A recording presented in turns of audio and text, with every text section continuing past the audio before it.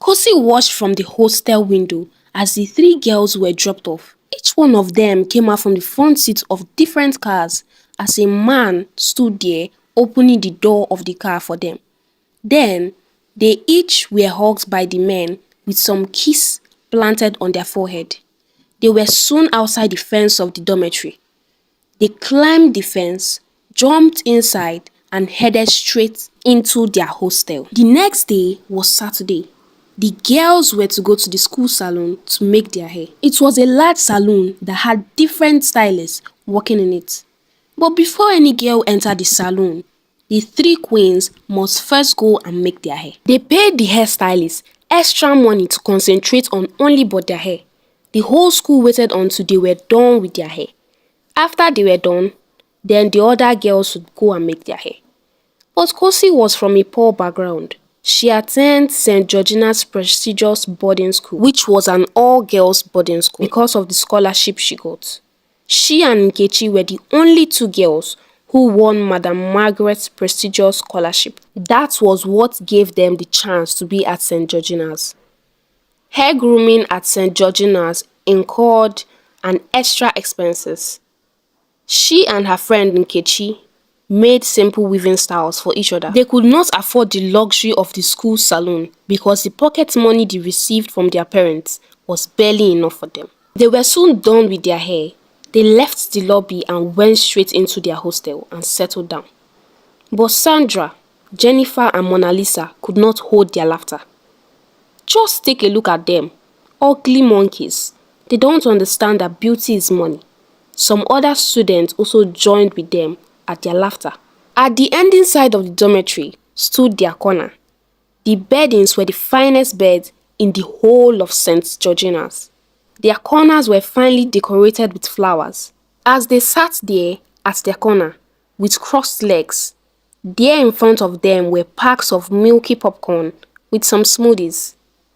Kosi and Nkechi walked briskly past them, but just as they passed, Kosi stumbled and fell down, mistakenly pouring away their smoothie. I'm sorry, she muttered as she stood in front of them, trembling. You poor thing, Mona Lisa sneered. Have you ever seen a smoothie all your life? You have to pay for it, and this is 10,000 naira. Kosi opened her mouth in astonishment. I can't afford that huge sum, she said. If you know you can't afford it, then better watch the way you walk. After apologizing profusely, she let Kosi go. The next day, in class, as Kosi read her books, Mona Lisa came towards her, sparking up a conversation. You are studying hard, aren't you? She began. Yes, of course, replied Kosi. Well. We have an outing next week, and if you will come along with us, then we'll accept you as one of us. Most girls are looking for this opportunity to belong, but I felt drawn to you out of pity. Kosi looked at her, then shrugged and said, Party? Where? Are you the only girl in St. Georgina's that does not know that the three partying princesses always leave for their party on Saturdays? Whether the school regulation accepts it or not, our parents are influential. As you know, and here at St. Georgina's, we make the rules. Even the chief security officer is at our service. Kosi nodded understandably. She had always admired the three girls. They are so gorgeous and their parents are rich too. Okay, came her reply, her voice slightly trembling. That night, Mona Lisa sent one of the students to take some grilled catfish and smoothie to her corner. Kosi ate it happily. So this is what these girls used to enjoy, she said aloud to herself as she licked her hands after eating. Mona Lisa's father is a politician, while both Sandra and Jennifer's father were honorable members of the House of Representatives. That fateful Saturday night was the first time Kosi joined them for their party. As she prepared for the Saturday night out with the girls, her friend Nkechi caught up with her after she came back from the salon. Kosi, you now make your hair at the school salon? Nkechi asked. Yes, replied Kosi, her voice audacious and firm. I thought we agreed to be making each other's hair. Nkechi continued. Yes, that was before. Levels have changed including previous agreements. But Kosi, Nkechi said persuasively, don't you think becoming friends with these girls is risky? It might get you into trouble. Trouble? Asked Kosi. I've been in this school for more than a year now, and the three parting princesses have never gotten into trouble. Do you think I'm not using my head? Kosi continued. They are the who is who in this school, and are above the law. If I join them, I also will be above the law. Nkechi was left to herself. No one agreed to make her hair for her. As for Kosi, she now makes her hair, specially with the three parting princesses. For the first time since she entered St. Georgina's prestigious school, Kosi felt among. Kosi was a slim, tall, and brown-skinned girl. She soon fitted in with the girls as they taught her how to catwalk, talk smoothly, and gesture with her body while talking. You need to master these skills, especially knowing that you are joining us to go out for clubbing. The impression you give the men will tell how much of gifts and money they will be willing to part with you. Finally, it was Saturday night. Jennifer, Sandra, and Mona Lisa were close to the school fence, along with their new friend, Kosi. They went to the side of the fence with the shortest height and climbed on. Soon, they were outside the school walls. Jennifer brought out her phone and made some calls. Soon, a very flashy car pulled over to where they stood. A very handsome young man came out of the car and gave Jennifer a hug. He kissed her on her forehead, saying, "See my baby, oh, I've missed you so much." Then he opened the front door for her, while Mona Lisa, Sandra, and Kosi sat at the back seat. He drove them straight to his house. The mansion was a sight to behold, with its grand entrance, manicured gardens, and a swimming pool that sparkled under the moon.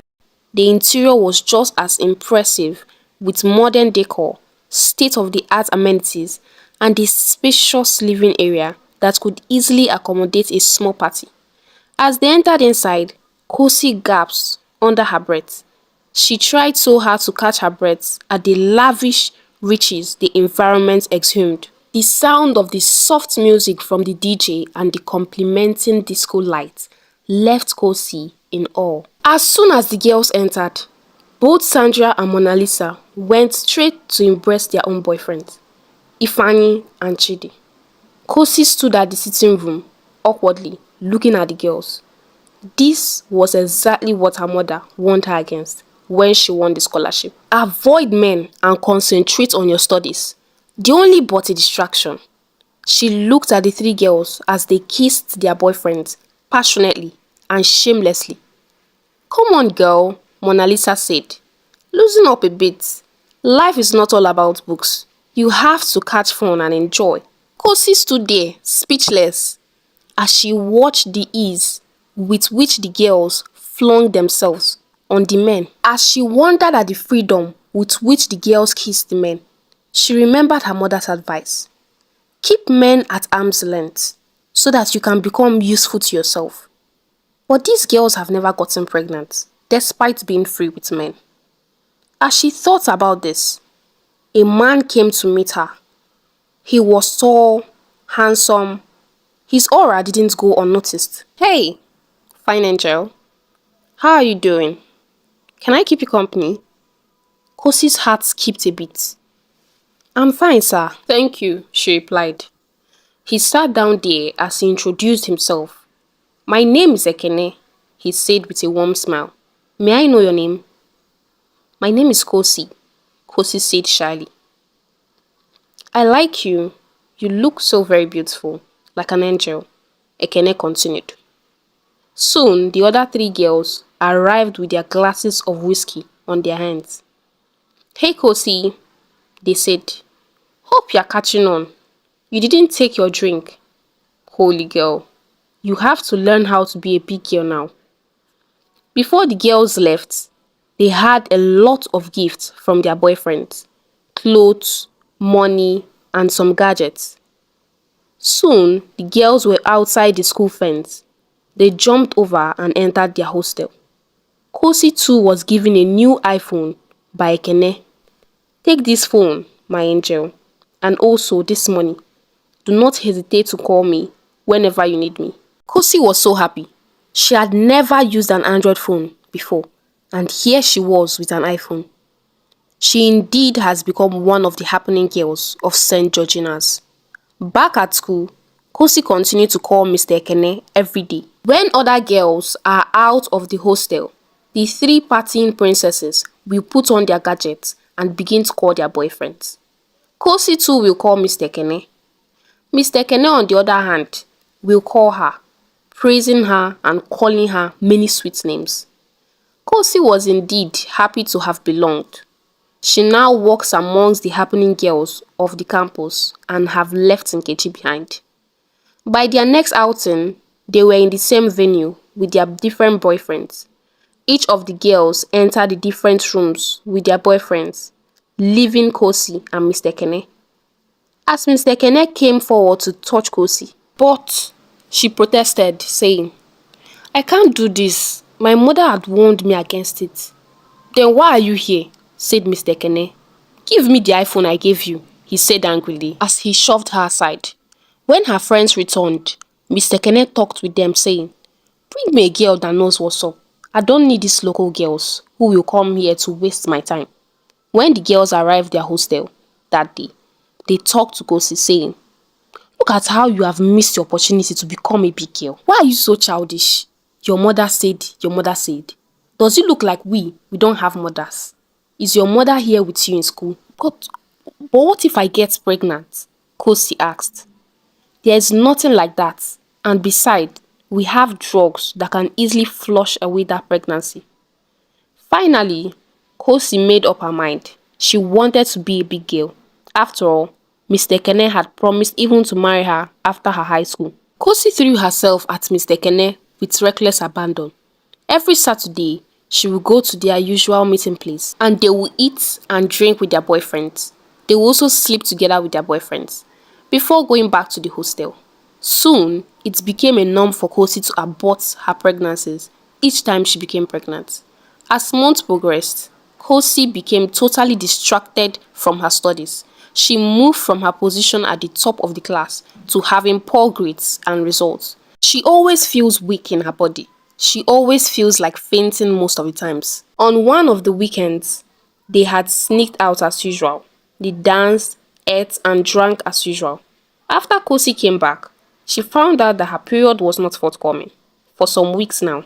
She tested herself with the pregnancy kit they had in the hostel. She was positive for the pregnancy test.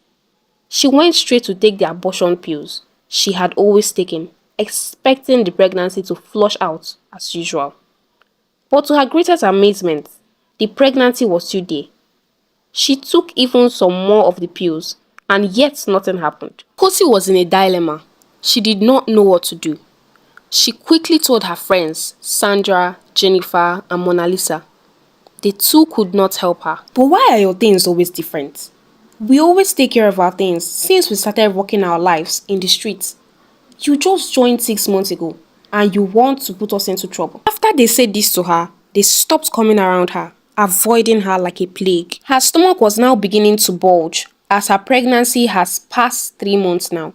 One Saturday night, Kosi was at Mr. Kene's place. She went out all by herself. Since a month ago, Mr. Kene learnt that Kosi was pregnant. He had refused to pick her calls. She went to visit him in the place she had always known to be his house. She knocked at the gate, fully prepared to face him. To her greatest amazement, a very beautiful, elegantly dressed woman opened the gate. "I'm looking for Mr. Kene," Kosi said, her heart racing up and down. "Oh, he drove my husband out," replied Madame Loretta. "Can I wait for him?" asked Kosi. "And who are you?" asked Madame Loretta. "I'm his girlfriend." Madame Loretta let out a laughter and then clasped her hands together and asked her, saying, "His girlfriend or one of his girlfriends?" Kosi was baffled. Her heart began to race even more. "I can't go back, ma'am. I'm pregnant for him." "For what?"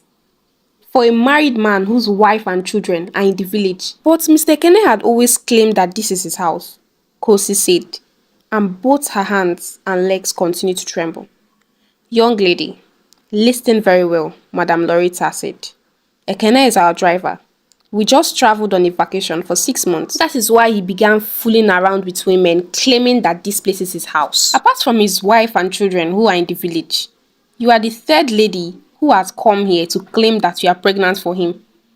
Kosi was dumbfounded. She sat on the floor and put her hands on her head as she sobbed, cried and wailed. Stop, my dear. Do you have a mother? Madame Loretta asked. Yes, Kosi replied. If you know what is good for you, you go back to your mother, Madame Loretta advised. Kosi was left all to herself, her mother's advice staring at her face. She did not know what to do, whether to go back to her mother in the village or to go back to the hostel. She could not think, but all she remembered was that the money she had is not enough to travel back to the village. Even if she had enough money, can she face her mother after throwing away her advice? She soon decided to go back to the hostel and find a solution. She arrived at the hostel, climbing through the school fence as usual. As she laid down on her bed, Kosi thought about many things. If the school authority finds out that she's pregnant, they will expel her in a disgraceful manner. But facing her mother is something she cannot do. That night, she slipped to Mona Lisa's corner, kneeling down to beg her. She begged her to take her to an abortionist. Mona Lisa refused at first, but because of the way she cried and begged her, Mona Lisa agreed to help. The next Saturday night, both of them climbed the school fence as usual. Outside the school premises, they went to a quack doctor who performed abortion using sharp instruments to pull fetus out of the womb. This your pregnancy is now 4 months, the quack doctor said. This process is very risky and is even more riskier at this stage, he continued. The two girls pleaded with the doctor, and after much persuasion, the quack doctor decided to perform the abortion. Before daybreak, the abortion had been concluded as the two girls went back into the hostel. Just as they were about to enter through the hostel connecting gate, Kosi slumped there outside the hostel. She was bleeding profusely. Some students who saw her raised an alarm. The school authorities were alerted. They quickly came over and rushed Kosi to the hospital. There at the hospital, Kosi's parents were alerted. The doctors tried all their best to save Kosi's life, carrying out multiple surgery on her bleeding womb, but it was too late. Kosi died on the operating table, having lost a lot of blood. This story teaches young girls to calm down and focus on their studies. Listen to your mother's advice as a young girl. Avoid bad friends that tells you to throw away the good advice you have gotten from your parents. If by any means you fall short, do not hesitate to go back to your parents. It is better that your parents scold you for a moment than getting solutions on your